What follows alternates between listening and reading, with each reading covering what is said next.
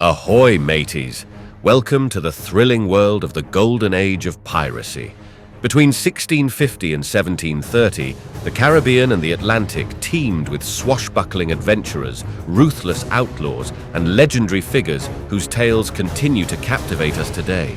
Get ready to embark on a high-stakes voyage through history, filled with danger, daring deeds, and dramatic escapes. Our journey begins in the mid-17th century. Picture bustling port cities like Port Royal and Havana, merchant ships laden with gold, silver, and spices from the New World. So why was there all this treasure? European nations were establishing vast colonies and extracting immense wealth. These goods needed to be transported back home, making the seas a treasure trove for those daring enough to seize it. The roots of piracy can be traced to the privateers, government-sanctioned pirates like Sir Francis Drake, who were given letters of marque to attack enemy ships during wartime. But when peace returned, many privateers found themselves out of work. Faced with few options and lured by the promise of untold riches, they turned to piracy. Take Captain William Kidd, for example. Initially a privateer, Kidd's luck ran out, and he turned pirate. His capture and trial became one of the most sensational stories of the era. But Kidd's downfall highlights the risks these pirates faced. Even women turned to piracy. Anne Bonny and Mary Read were two of the most famous women turned pirate, but they soon met their fate and were thrown into jail, only escaping the death penalty because they both proclaimed they were pregnant. So what made these men and women choose the life of a pirate? Was it just the promise of riches, or was it also the thirst for adventure and the allure of a life unbound by society's rules? Stay with us as we delve deeper into their world. Life aboard a pirate ship was a mix of democracy and danger. Imagine the crew gathered on deck, voting on the next target. Pirates followed a code, a set of rules that ensured fairness. Captains were elected, and loot was shared according to rank and role. The pirate code was crucial. It dictated everything from how loot was divided to compensation for injuries. For example, if a pirate lost a limb in battle, he was compensated with a larger share of the treasure. This sense of fairness and equality made piracy an attractive option for many. But life at sea was brutal and perilous. Pirates faced storms, disease, and constant threats from naval forces. They also needed to be skilled navigators and fierce fighters. The promise of freedom and adventure was tempered by the ever-present risk of death and capture. Despite the romanticized image of the carefree pirate, the reality was harsh. Pirate ships were often overcrowded and unsanitary. Food and fresh water were scarce, and long voyages could lead to scurvy and other diseases. Yet, for many, the camaraderie and the chance to strike back at the oppressive merchant classes made it all worthwhile. Now, let's meet the legends.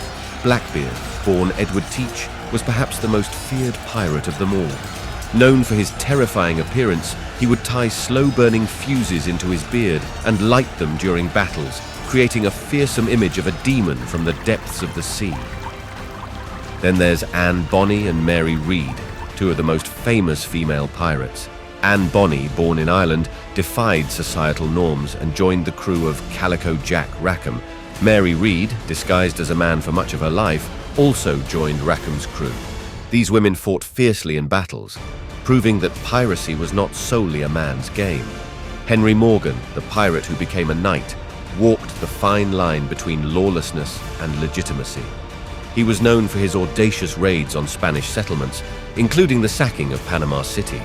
Morgan's exploits were so significant that he was eventually knighted and appointed Lieutenant Governor of Jamaica. Nassau in the Bahamas and Tortuga off the coast of Haiti became notorious pirate strongholds. These places provided safe havens where pirates could rest, repair their ships, and plan their next moves. The markets were filled with goods from all over the world, and the taverns were hotspots of information and recruitment. Captain William Kidd is rumored to have buried treasure that has never been found. The allure of hidden treasure has captivated imaginations for centuries, but how much of it is legend and how much is real? Stories of buried gold, secret maps, and undiscovered riches are all part of the pirate legend. One famous example is the treasure of Labuse, a pirate who supposedly left a cryptic message leading to his hidden fortune. Despite numerous attempts, the treasure remains undiscovered, fueling speculation and adventure. By the early 18th century, the Golden Age of Piracy faced its twilight. Nations like Britain, Spain, and France launched extensive campaigns to eradicate the outlaws. The relentless pursuit by naval forces and the bloody battles proved an effective deterrent for some. Public executions served as a grim reminder of the consequences of piracy. Pirates were captured, tried, and often hanged as a deterrent to others. The capture of notorious pirates like Blackbeard, who was killed in a fierce battle with the Royal Navy, marked the beginning of the end. Captain William Kidd's trial was a spectacle. He was accused of piracy and murder, and despite his defense that he was operating as a privateer, he was hanged in London in 1701. His trial highlighted the thin line between privateering, piracy, and political favor's fickle nature. But even as the Golden Age waned, the legends of these pirates grew. Their stories of rebellion and adventure continued to captivate and inspire. The legacy of the Golden Age pirates lives on. Hollywood swashbucklers, novels, and video games keep the spirit of piracy alive. But beyond the romance lies a complex history. Pirates were rebels and outlaws, but also symbols of freedom and adventure. The adventures of Captain Jack Sparrow in Pirates of the Caribbean are a testament to the enduring allure of pirate tales. But let's not forget the real stories. The true lives of these men and women reveal a fascinating chapter of history, one where courage, treachery, and the quest for freedom intertwined on the high seas.